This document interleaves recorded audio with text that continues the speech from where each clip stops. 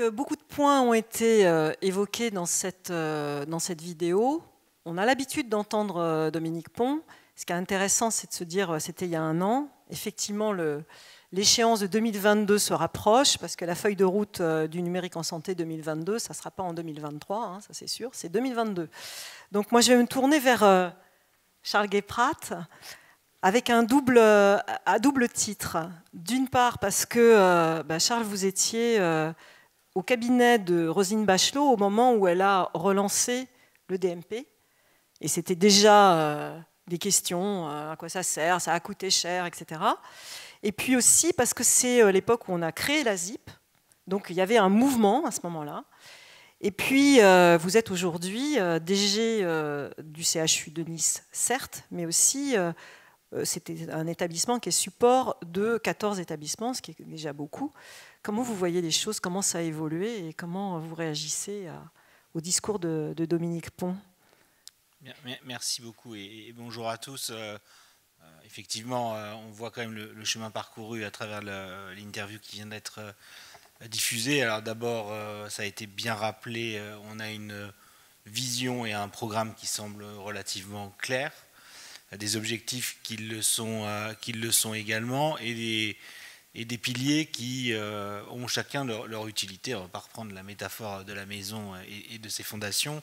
Donc je dirais que sur le paysage macro ou le panorama général, on est beaucoup plus au clair qu'il y a une dizaine d'années. Maintenant, je suis aussi président du GRAD, PACA, donc qui est l'outil de mise en œuvre de la e-santé à la main de l'Agence régionale de santé. Et il arrive régulièrement qu'on ait à négocier avec nous-mêmes ou à réfléchir avec nous-mêmes entre GRAD, GHT, ARS, puisque nous avons des objectifs qui sont quasiment similaires, mais nous avons des façons de faire ou des programmes qui ne le sont pas. Et donc, une fois qu'on a dit que la vision macro était relativement claire, la mise en œuvre reste quand même particulièrement complexe, puisqu'il faut qu'on utilise tous les outils disponibles et les centaines de millions, voire les milliards d'euros qui ont été mis sur la table pour essayer d'éviter de créer nous-mêmes des overlaps ou des redondances qui sont en train d'émerger. Vous me demandiez d'être concret, j'ai un exemple très précis en tête. On développe un outil en PACA qui s'appelle e-parcours, comme dans d'autres régions que vous connaissez bien, je crois.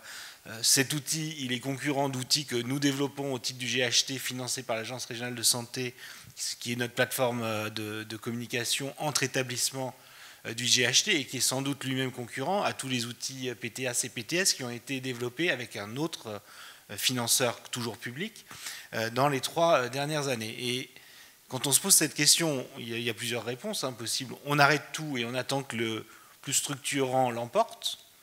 Mais en tant qu'utilisateur ou simple usager ou représentant des usagers du système, on a quand même la question de l'usage qui a été rappelé et de l'intérêt. Et on voit bien que pour nous, des solutions simples et qui fonctionnent sont des solutions qui sont beaucoup plus vendables à nos utilisateurs que sont, d'abord nos professionnels de santé et deux, les patients, et que donc il va falloir que nous on fasse des choix ou des arbitrages sur faut-il attendre les grandes briques ou les grandes fondations ou faut-il accepter d'avoir des choses plus légères, plus réversibles, avec une obsolescence programmée sans doute un peu plus rapprochée, en se disant que finalement on a la même finalité quand on a tout enlevé, c'est l'usage, c'est l'intérêt de ces outils. Donc on a complexifié, on a effectivement mis le sujet sur la table, et s'il faut faire un bilan un peu plus politique, c'est quand même monter de plusieurs crans dans l'agenda stratégique de tout le monde. Le DG d'ARS préside ces travaux de e-santé, et il y a quelques années ça n'aurait pas été sans doute le cas, et les directeurs, les équipes, les CME pour l'hôpital s'emparent vraiment de ces sujets. Donc je crois qu'on est vraiment dans un bon mouvement. Il faut essayer d'éviter la complexité accrue qu'on est capable, puisqu'on millefeuillise quand même beaucoup les choses, on aime beaucoup rajouter et pas enlever, mais on est vraiment dans ce mouvement qui est très positif. Merci, c'est le tiraillement entre avoir cette volonté politique et puis aller aussi dans le sens des intérêts des acteurs locaux. Donc c'est pas très facile, bien sûr.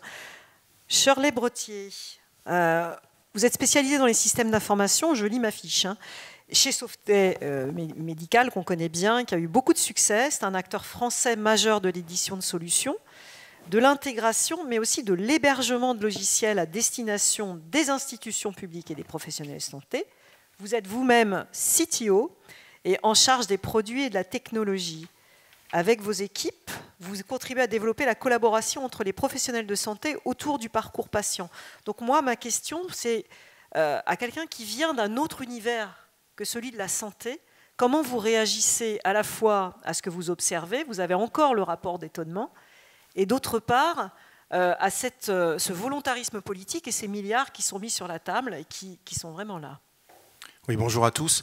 Donc effectivement, je représente Sauvetet Médical, donc comme l'a dit Joël, un acteur de la e-santé avec à la fois, on couvre à la fois le monde public et le monde privé. Hein, à peu près 1200 établissements de santé utilisent nos solutions au quotidien, qu'ils soient publics, privés ou ESPIC, avec un certain nombre de GHT qu'on est en train de déployer en ce moment. Pour petite information, on vient d'en gagner 19 en moins de 2 ans, donc effectivement, la solution qu'on met en place adresse un certain nombre de problématiques et les usages dont vient de parler Charles juste avant sont au cœur de nos réflexions.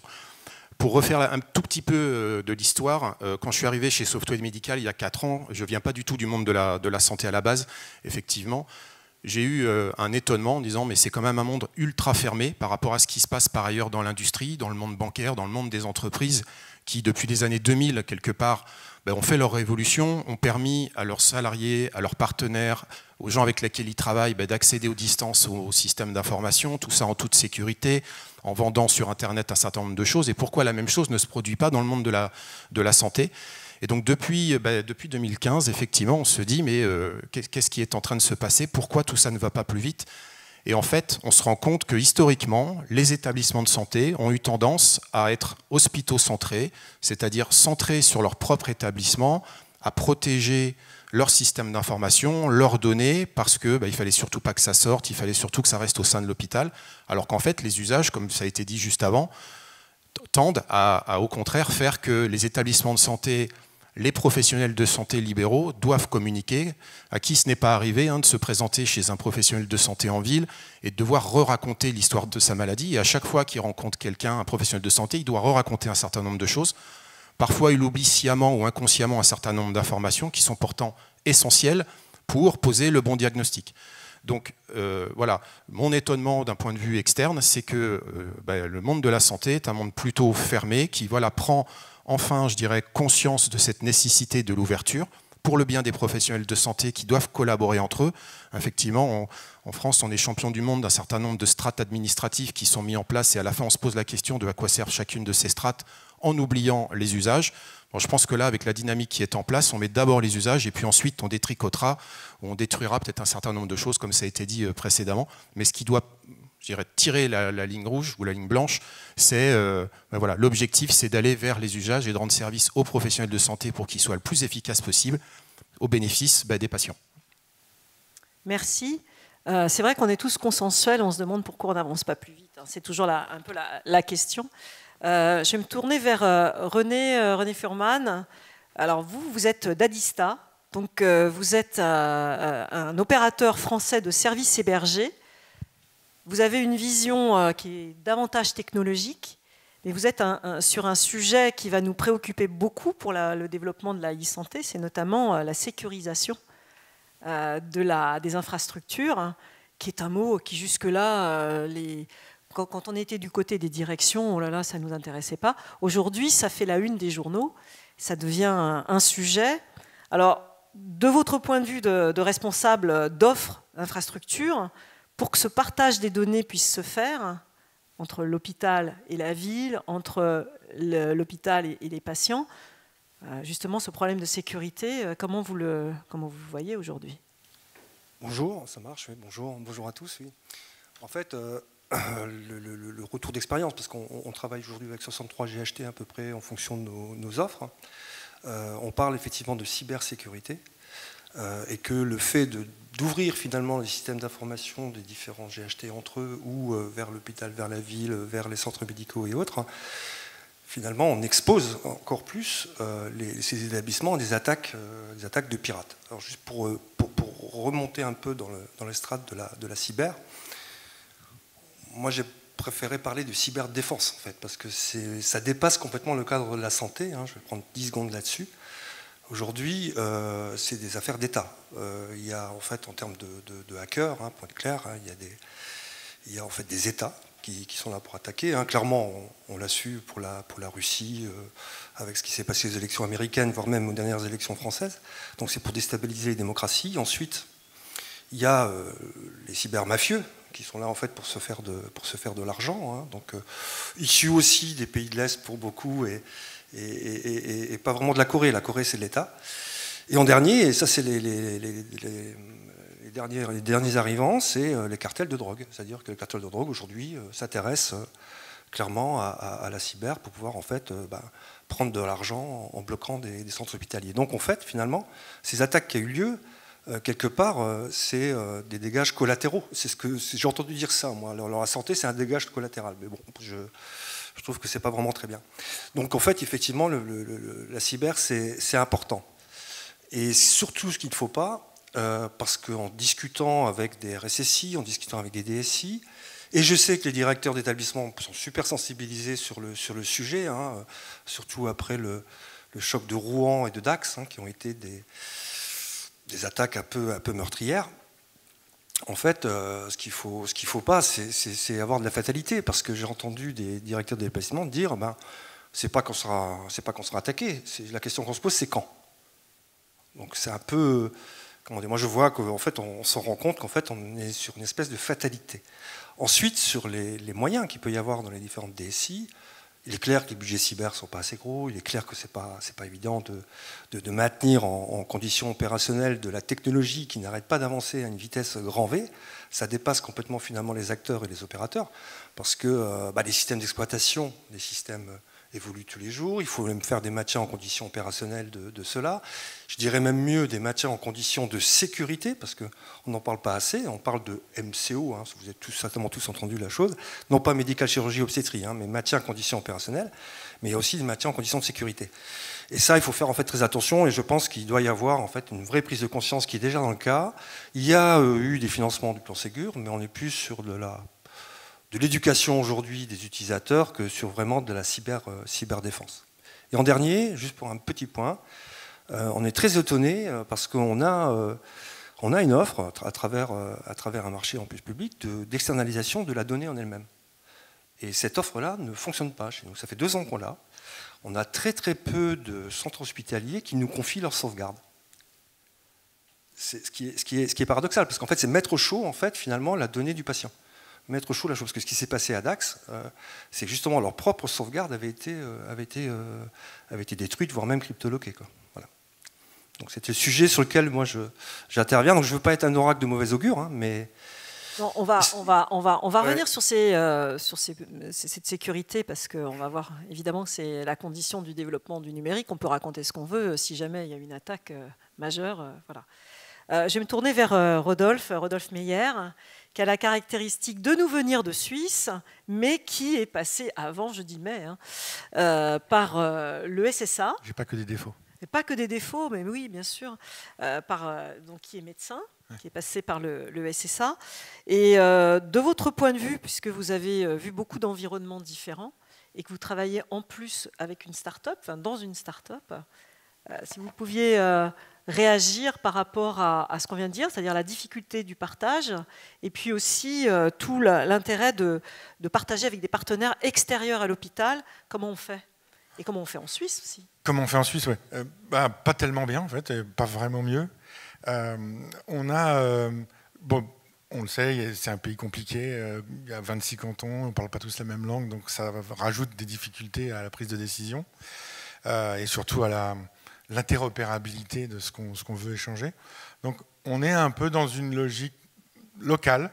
Donc on travaille beaucoup avec des partenariats point à point avec d'autres hôpitaux sur des sujets bien spécifiques. Donc là, il y a des logiques d'échange assez nettes d'informations parce que c'est de l'onco, parce que c'est de la génétique, enfin, des choses comme ça. On est un peu prestataire sur certains services, donc ouais, on échange les choses. Donc on met en place nos propres portails qu'on ouvre. Il y a des portails pour les patients qui marchouillent. Il y a des portails plus techniques, plus professionnelles qui fonctionnent pas mal.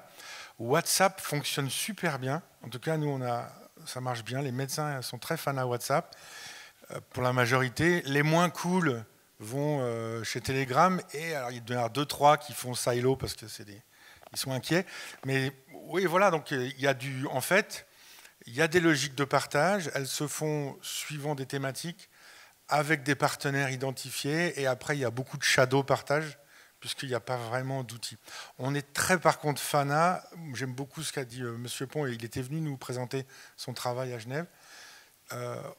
Étant donné qu'il n'y a pas une réelle prise de conscience transcantonale au même niveau que celle que vous avez en France, à Genève, en tout cas, on va beaucoup observer ce que vous êtes en train de mettre en place, surtout sur les briques techniques, l'interopérabilité, enfin tout ce travail là, de cette petite maison qui dessine. Parce que sans doute, on va s'en inspirer. Je dis toujours pour blaguer qu'à Genève, il fait le même temps qu'à Paris 2 jours plus tard. Pour les décisions Covid, on a eu les mêmes qu'en France, mais 15 jours plus tard. On va peut-être prendre quelques années pour prendre les briques techniques, mais en tout cas, on va beaucoup s'inspirer de ce que vous allez faire. Et la maison sera un petit chalet au bord d'un lac, c'est ça? On essaiera. Voilà, ok. Vous serez les bienvenus. Il y aura de la fondue. Bon, le grand projet devant nous pour début 2022, c'est mon espace santé, et c'est-à-dire c'est l'ENS. L'ENS qui est c'est l'ENS, l'espace numérique de santé, qui s'appelle donc aujourd'hui, c'est son nom de marque, Mon Espace Santé. On en a parlé ce matin, c'est Gérard Raymond qui l'introduisait et son importance. Ce projet, c'est extrêmement structurant pour la filière numérique, c'est extrêmement structurant aussi dans la relation aux patients. Et pas seulement aux patients, mais aux citoyens. Donc je vais me tourner vers Charles à nouveau. Puis je vais lui poser la question, parce que je ne suis pas très sûre que les établissements de santé aient bien pris la mesure de cette opportunité. J'aimerais bien savoir ce qu'il en pense, non seulement avec sa casquette, ce qu'on a dit, du côté des établissements de santé, mais du côté d'UniHA aussi. Est-ce qu'on se jette sur le sujet en se disant dans 4 mois, super opportunité, c'est Metz. Ouais, voilà, c'est ça. J'ai honte de l'avouer, mais j'ai dû me faire briefer quand même sur cette question pour cette table ronde, puisque je n'en savais strictement rien. Non, pas avec mon DSI, qui n'était pas beaucoup plus informé que moi, donc ça m'a beaucoup rassuré. Donc, au-delà de la boutade, il est clair que ce n'est pas un sujet dont on s'est emparé du tout de manière, on va dire, positive à ce stade. Non pas qu'on soit contre ou qu'on ait un avis sur la question, mais pour nous, ce n'est pas forcément la priorité du moment. Et on a très mal vécu, et là c'est plus un retour utilisateur, les contraintes qu'on nous a mises sur le DMP, qui consistent à... Nous, on envoie de la donnée morte dans un truc, et on sait que personne ne s'en occupe jamais, donc on envoie ce qu'on doit faire, on respecte nos règles, notamment pour nos prérequis open, et pour pouvoir récupérer des sous de l'ARS, donc on fait ce qu'on nous demande, et on le fait sans doute très bien, personne n'a jamais été regardé, donc ça doit être sans doute très bien fait. On est très déçus, vous voyez, c'est pas très satisfaisant de construire des interfaces pour respecter un prérequis qui lui-même donne droit à des financements pour des vrais projets. Donc ça, c'est un peu notre vision DMP, plutôt pas très favorable, on va dire, ou positive. Sur ENS, on voit un vrai enjeu au-delà de la boutade. Notre question, c'est toujours pareil, c'est qui trop embrasse mal étreint. On me rapportait qu'on pouvait mettre dans le futur ENS des données qui allaient être rafraîchies toutes les 10 ou 15 minutes pour des patients qui ont des données massives qui arrivent, patients de réanimation, on est alimenté au long cours, et donc on va avoir des téraoctets de données sur des patients. Donc qui va s'occuper de structurer ces données pour qu'elles soient utilisables par quelqu'un, et vous parlez du patient, du citoyen, et on pense que le niveau de sophistication, il n'est pas adapté à des patients qui n'ont pas la culture ou le background pour utiliser ces données, et comment pouvoir redescendre d'un niveau sur un ENS, mais qui serait plus un RNS ou NRS régionales et plus locales pour essayer de travailler en fonction des objectifs que nous nous sommes fixés. Et je pense notamment à la politique territoriale, qu'elle soit GHT, parce qu'il y a quand même 135 GHT qui travaillent sur le sujet, ou régionale pure sous l'autorité des ARS. Donc pour nous, c'est une très bonne chose. Ce qu'on aime beaucoup avec ce dispositif, c'est la politique de normalisation et d'édiction de normes et pour lesquelles les industriels sont maintenant aidés aussi dans le cadre du Ségur et qui va nous changer la vie puisque l'interopérabilité va devenir enfin une réalité, ou en tout cas on pourra plus se réfugier derrière ces problèmes d'interface ou de AI pour dire on ne peut pas faire. Donc on va avoir quand même un gain lié à une normalisation générale autour de l'ENS, mais pour autant on pense qu'il faut quand même revenir sur un niveau plus local ou plus régional pour arriver à en faire quelque chose d'utile et d'utilisé. Alors, peut-être une petite précision, c'est que l'ENS, c'est à la fois un socle que vient de rappeler Charles, c'est-à-dire un socle de normes et de références, mais c'est aussi un store, c'est-à-dire un portail sur lequel on peut proposer des applications. Et notamment, les établissements de santé sont au premier chef seront sollicités pour proposer des applications, par exemple, de suivi du patient, soit pendant sa pathologie, quand il sort de l'hôpital, mais ils peuvent servir aussi à faire de la prévention. On voulait, je crois que c'était Shirley qui avait l'idée de poser la question. Ouais. En fait, j'aime beaucoup ce que vous venez de dire. Je pense que ça aurait été intéressant d'avoir un débat entre Dominique Pont et vous-même, Charles, là, parce que ça aurait peut-être été un peu enflammé. Mais blague à part, dans la salle, ça serait intéressant peut-être de savoir qui a déjà entendu parler du Ségur en santé, et en particulier, avant ce jour, je dirais, évidemment, et en particulier de l'ENS. Est-ce que vous pouvez juste lever la main, ceux qui ont déjà entendu parler du Ségur en santé? Donc, par rapport à ce qui a été dit précédemment, je pense que ça serait intéressant, on verra s'il y a les questions tout à l'heure, mais très souvent, on se rend compte, en particulier dans je dirais peut-être un petit peu plus les établissements publics, je ne suis même pas sûr d'ailleurs, ce serait intéressant aussi de faire la dichotomie, que privés, qu'effectivement les priorités du moment des établissements de santé ne sont pas nécessairement sur cette actualité ENS Ségur, mais plus à réussir des projets de convergence sur les GHT, évidemment, qui sont déjà un challenge, j'imagine, humain, RH, système d'information déjà d'un certain niveau, et qui nécessite énormément de mobilisation dans l'entreprise.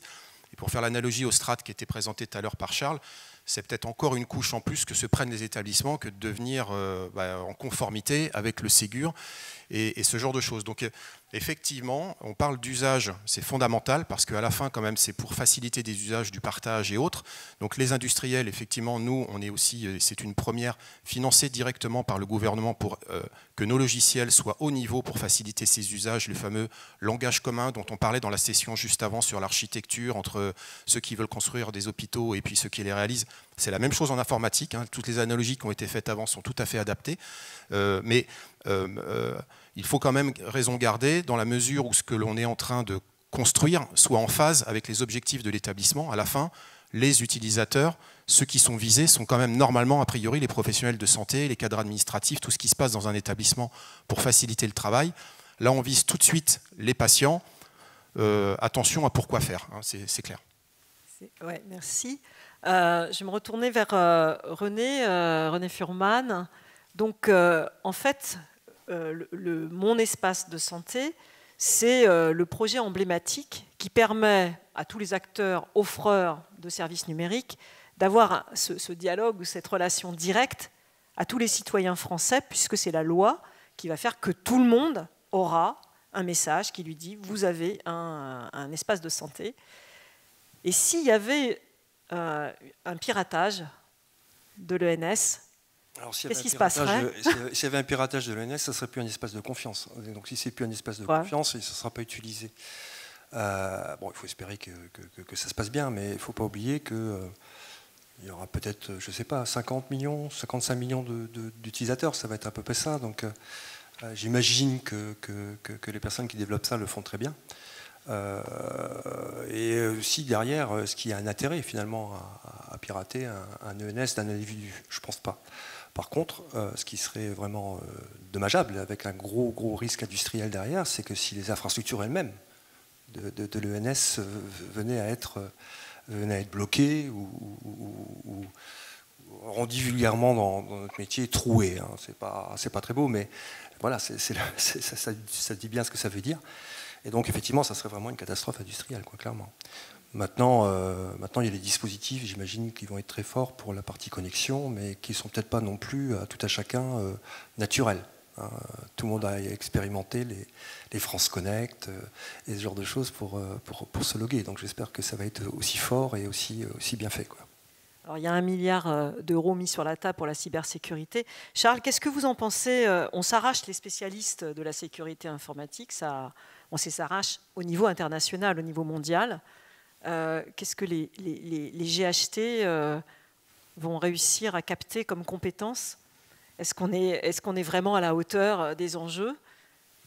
Alors, on sait qu'on n'est pas à la hauteur du marché international des hackers pour se faire aider, évidemment. Moi, je partage tout à fait ce qui a été dit tout à l'heure sur la nécessité de mettre ça en haut de la pile des sujets qui doivent être vus par les directions générales et pas forcément uniquement par les directions de systèmes d'information. Et je pense qu'on a un bon travail de pédagogie qui est réalisé par l'ANSSI, mais c'est un travail de pédagogie. L'ANSSI, ils arrivent quand c'est Tchernobyl chez vous.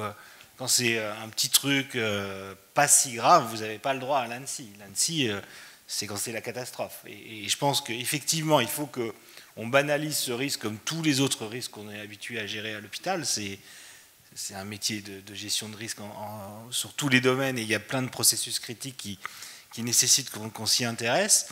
La question, c'était est-ce qu'il faut une agence de cybersécurité, une ANSSI plus ou quelque chose de plus régional? Moi, je serais plus sur une approche régionale pour garder de la réactivité et la capacité d'animer un réseau, mais avec une masse critique. On a 13 régions administratives en France.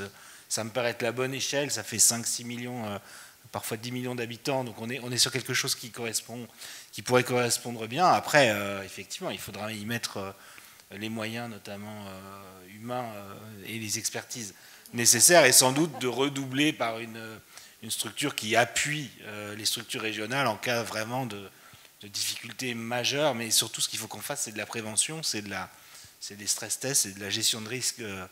Il faut qu'on s'entraîne constamment, comme on le fait pour l'incendie. Il faut qu'on s'entraîne très régulièrement, mais quand on s'entraîne, c'est tellement une catastrophe qu'on évite de le faire, parce qu'on découvre tellement de problèmes que le fait de faire des exercices est encore plus angoissant que de ne pas en faire. Mais en tout cas, au CHU de Nice, je ne parle pas pour l'ensemble des hôpitaux français, bien entendu. Alors, René, vous avez une expérience à nous partager dans un pays qui est très très décentralisé en matière de santé, c'est l'Espagne. C'est l'Espagne. Et vous avez observé une pratique qui, elle, n'est pas décentralisée. Qui n'est pas décentralisée, en fait, décentralisée et recentralisée, en fait. C'était aux dernières rencontres de l'APSIS où il y a une personne d'Espagne qui est venue pour expliquer leur système de défense. Mais déjà, d'une manière plus globale, je reviens à ce que je disais en préambule, l'Espagne traite la cybersécurité comme une cyberdéfense. Donc en fait, tous les ministères sont réunis en un seul pôle de cyberdéfense. Donc ils traitent le sujet comme un sujet militaire, en fait. Donc, nous, on a la défense du territoire, eux, ils ont la défense cyberdéfense. Voilà, c'est ça. Et en fait, ce qu'ils font, alors ils sont en train de monter en puissance, ils font des corrélations. Alors je ne sais pas, je ne vais pas essayer d'être technique. Mais l'idée à terme, c'est qu'il y ait une plateforme pour l'Espagne, en tout cas une plateforme publique. Alors le privé, eux, sont en train de faire leur test et en train de monter ça dans leur coin, mais en tout cas une plateforme qui est capable en temps réel de savoir qu'il y a une attaque qui se déroule, alors je ne sais pas très bien l'Espagne, mais à Madrid, et en même temps une autre qui se déroule dans le sud de l'Espagne ou à Barcelone et autres. Et ceci en temps réel, en fait. C'est-à-dire qu'il y a vraiment un comité de pilotage qui est vraiment tout en haut et qui est capable, en fait, de faire des corrélations, en fait, entre différentes attaques. Donc c'est vraiment mais c'est un engagement global, c'est pas un engagement ministère par ministère, groupe par groupe. Et pour revenir justement sur le 1 milliard d'euros, je ne sais pas si c'était sur 5 ans, il me semble. Hein. Donc si on le ramène au nombre d'établissements, c'est 60 000 euros par établissement par an. J'ai fait le calcul, on ne fait pas grand-chose avec 60 000 euros. Voilà. Donc je suis d'accord sur au moins la partie régionale, c'est super important, parce que là, les grades sont là pour éventuellement aider. Mais au niveau national, je pense qu'il y a quelque chose à faire. Et l'ANSSI, effectivement, arrive une fois que c'est Tchernobyl, comme vous dites. Et les DAX, moi, ça m'avait vraiment encore choqué. Ils sont arrivés. Ah bah oui, ça faisait déjà 5 mois qu'ils étaient là. Bon, voilà le constat. Et en plus, il n'y a pas, on en a parlé tout à l'heure, hein, Rodolphe, pour un responsable informatique et à DSI, j'ai encore interviewé avant de venir une belle polyclinique, hein, une très très belle polyclinique, le RSSI, il cherche toujours à avoir le retour d'expérience de Dax, il ne le trouve pas. Comment faire éviter ce qui s'est passé pour savoir ce qui s'est passé. Il y a une omerta, on ne sait pas trop ce qui s'est passé. Alors ça dépend des directeurs d'établissement peut-être, mais bon, il n'y a pas de honte à... Enfin, il n'y a pas de honte. Il n'y a pas de honte à s'être fait avoir, quoi. On s'est éventuellement tous fait avoir, de près ou de loin. Il faut réfléchir juste avant de cliquer, hein, mais des fois c'est très bien fait, et voilà, quoi. Donc le numérique en santé, le partage des informations, oui, mais dans un espace de confiance, et les espaces de confiance, il faut vraiment... Bon, évidemment, dans la désinformation, il y aura de la vraie information sur le hacking, mais aussi la désinformation qui va exagérer tout ce qui va se passer. Donc, oui, moi, je serais Dominique Pont, je ne serais pas très à l'aise, mais enfin, voilà. Peut-être, Rodolphe, ce qui serait intéressant aussi, c'est la Suisse, c'est aussi un pays qui est juste de l'autre côté de la frontière. Donc, il y a des échanges. Et ce n'est pas que nos affaires de cybersécurité, hein, cybersecurity, mais c'est aussi tout ce qui permet de partager de l'information entre les Français, les Suisses et tous ces mouvements qu'il y a entre les deux pays. Peut-être un point là-dessus. Oui, je ne veux pas être très positif alors du coup parce que... Bah, décidément. Ouais, je suis navré. C'est très intéressant. On serait super clients de savoir ce qui s'est passé à Dax aussi parce que voilà, merci. Mais alors là, en plus, on n'est même pas du même pays. Alors autant vous dire que voilà. Pour les échanges France-Suisse, c'est intéressant parce que Genève a une position physique un peu particulière. C'est d'ailleurs, d'un point de vue défense, le seul canton qui ne sera pas défendu par la Suisse. Si vous nous envahissez de nouveau, on ne sait jamais. On ne se défendra pas à Genève. Et donc, du coup, je vous le dis comme ça, hein, moi. Et les plots en béton sont à côté de Lausanne, donc vous n'avez aucun risque, vous pouvez venir. Et donc l'idée, c'est qu'on a bien vécu, et on va encore parler du Covid, je suis navré, mais on a, nous, 60% de nos personnels soignants qui sont frontaliers, donc qui traversent la frontière. Et on a vu que on les a vaccinés avec des vaccins en Suisse, mais donc des certificats suisses qui n'ont pas passé la frontière et donc qui ne sont pas allés dans les différents dossiers Covid check ou autres que vous avez mis en place. Donc on voit bien que sur des aspects comme ceux-là, les collaborations n'existent pas, même dans des périodes un peu difficiles comme celles qu'on a connues, puis avec l'importance, on connaît l'importance d'avoir son certificat et son vaccin pour passer des frontières et puis pour aller travailler. Donc voilà, ça n'a pas fonctionné et on a même, parce que tout le monde a redéveloppé un peu son application pays par pays, donc 2 applications à chaque fois, parce qu'il y a celle qui check et puis celle qui dit. Et nous, on a fait pareil et on était encore en retard parce que la nôtre, elle n'était même pas compatible avec le reste de l'Europe. Donc nos infirmières, elles montraient un certificat qui se faisait refouler systématiquement. Voilà, et puis après, encore une fois, c'est pas encore pour être négatif, mais même entre cantons, on n'était pas d'accord. C'est-à-dire qu'il y avait des cantons, il fallait 2 vaccins. Un, il fallait, si vous aviez été malade, avec un vaccin, vous pouviez aller au resto, d'autres non. Donc c'était un peu la guerre de l'interopérabilité aussi même, de la connaissance et puis de la manière des bonnes pratiques, quoi. Donc c'est pas facile. Il y a les bonnes pratiques, la sémantique, la technique. Enfin, il y a beaucoup de travail encore à réaliser chez nous aussi. Shirley, vous vouliez... Il y a peut-être une analogie dans ce que vous venez de dire avec le monde de la téléphonie mobile. Quand on est en roaming proche des frontières, effectivement, ça a mis un certain temps à ce que le roaming soit inclus dans les forfaits mobiles, alors que les gens habitent en proximité des frontières. Donc ça fait peut-être partie de la maturation nécessaire pour passer une étape. Je voudrais juste revenir sur ce qui a été dit précédemment sur l'aspect sécurité.